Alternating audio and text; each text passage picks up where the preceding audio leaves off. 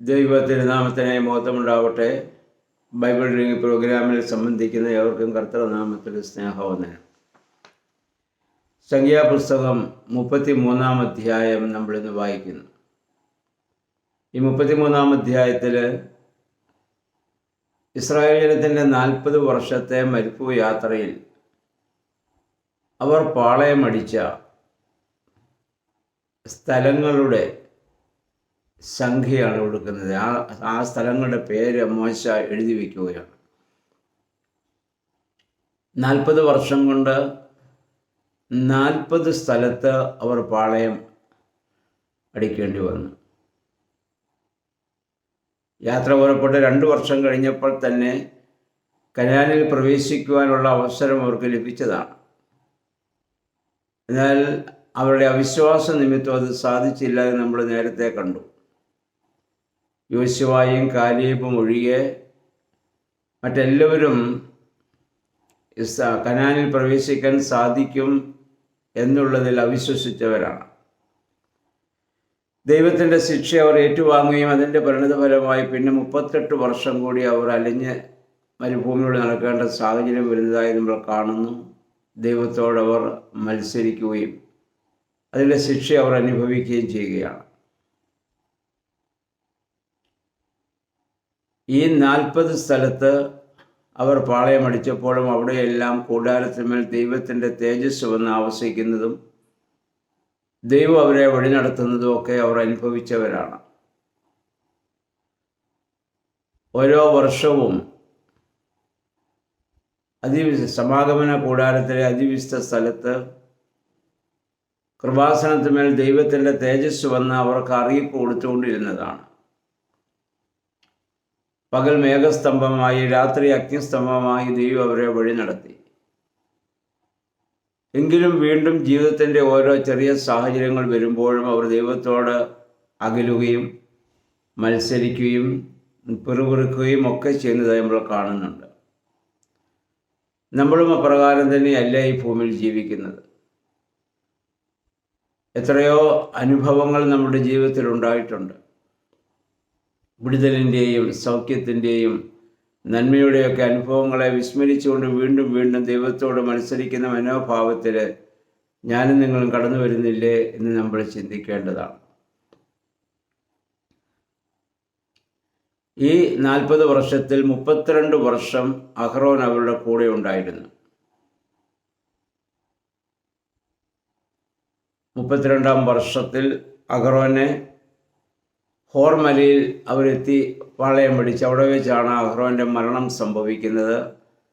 ആ മരണം സംഭവിക്കുമ്പോൾ അഹ്റോന് 123 വയസ്സ് പ്രായമായിരുന്നു എന്നും ആ മരിച്ച ഡേറ്റും മോശ കുറിച്ച് വെക്കുന്നു. 40-ാം വർഷം 5-ാം മാസം 1-ാം തീയതിയാണ് അഹ്റോൻ്റെ മരണം സംഭവിക്കുന്നത്. പിന്നീട് 8 സ്ഥലങ്ങളിലൂടെ അവർ കൂടാരമടിച്ച് പാളയമടിച്ച് അവർ താമസിക്കേണ്ടി വരുന്നു. അങ്ങനെയാണ് 40-ാം വർഷം അവർ കനാനിലേക്ക് പ്രവേശിക്കാൻ സാധ്യതയുണ്ടാവുന്നത്. ഈ 40 വർഷത്തെ ഈ പാളയമടിച്ച കാര്യങ്ങളൊക്കെ മോശ അവരെ ഓർമ്മിപ്പിക്കുന്നത് ദൈവം വഴി നടത്തിയ കാര്യങ്ങളെക്കുറിച്ച് പുറകോട്ട് ചിന്തിക്കുന്നതിനാണ്.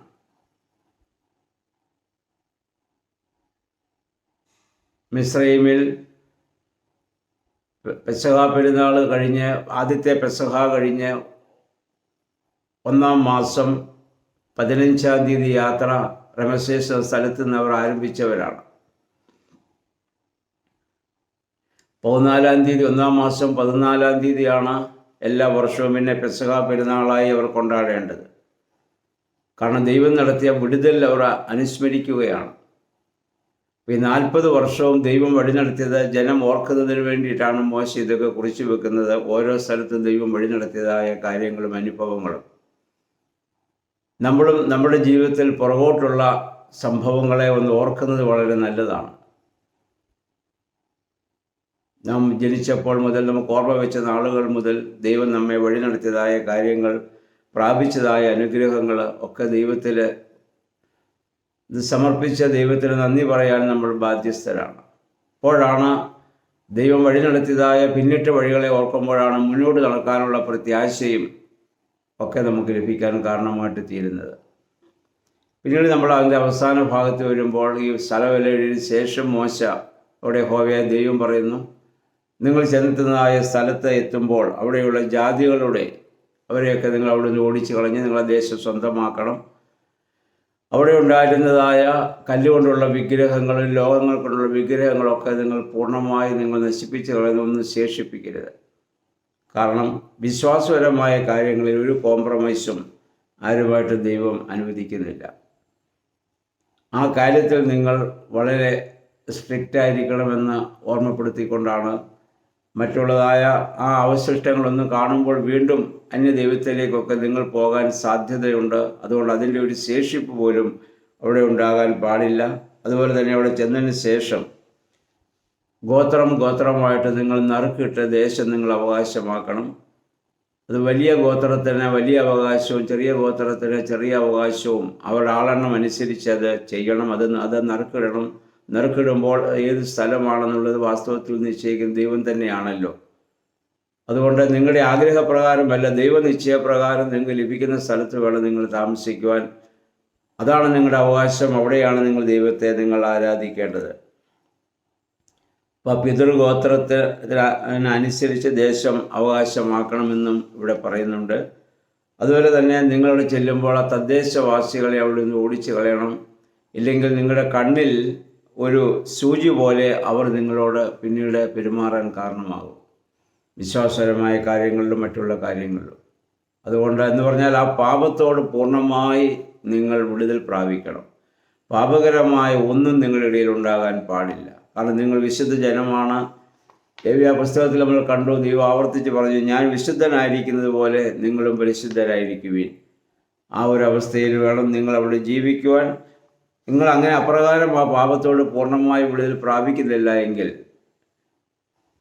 ജാതികളോട് ഞാൻ എന്ത് ചെയ്യുമായിരുന്നു അത് തന്നെ ഞാൻ നിങ്ങളോടും ചെയ്യേണ്ടി വരും. അങ്ങനെ മോശ മുഖാന്തരം അവർക്ക് അറിയിപ്പ് കൊടുത്ത് ആ ഭാഗമാണ് 33-ാം അധ്യായത്തിൽ നമ്മൾ കാണുന്നത്. അപ്പോൾ ഈ വേദഭാഗത്തിൽ നമ്മളും ദൈവം വഴി നടത്തിയതായ കാര്യങ്ങളെ ഓർത്ത് ദൈവത്തിന് നന്ദി പറയുവാൻ തക്കവണ്ണം നമ്മൾ അതെപ്പോഴും ഓർത്തിരിക്കേണ്ടതാണ്. അതുപോലെ പാപകരമായ എല്ലാത്തിനെയും പൂർണ്ണമായി നമ്മളിൽ നിന്ന് നമ്മൾ നീക്കിക്കളഞ്ഞ് വിശുദ്ധിയുടെ അനുഭവത്തോടെ ജീവിപ്പാൻ നമുക്കിടയാകണം. ദൈവമേ, പരിശുദ്ധാത്മാവേ, പാപമംഗലമായ ഈ ഭൂമിയിലെ വിശുദ്ധ ജീവിതം നയിപ്പാൻ തക്കവണ്ണം സഹായിക്കണമേ, ശക്തീകരിക്കണമെന്ന് പ്രാർത്ഥിക്കാം.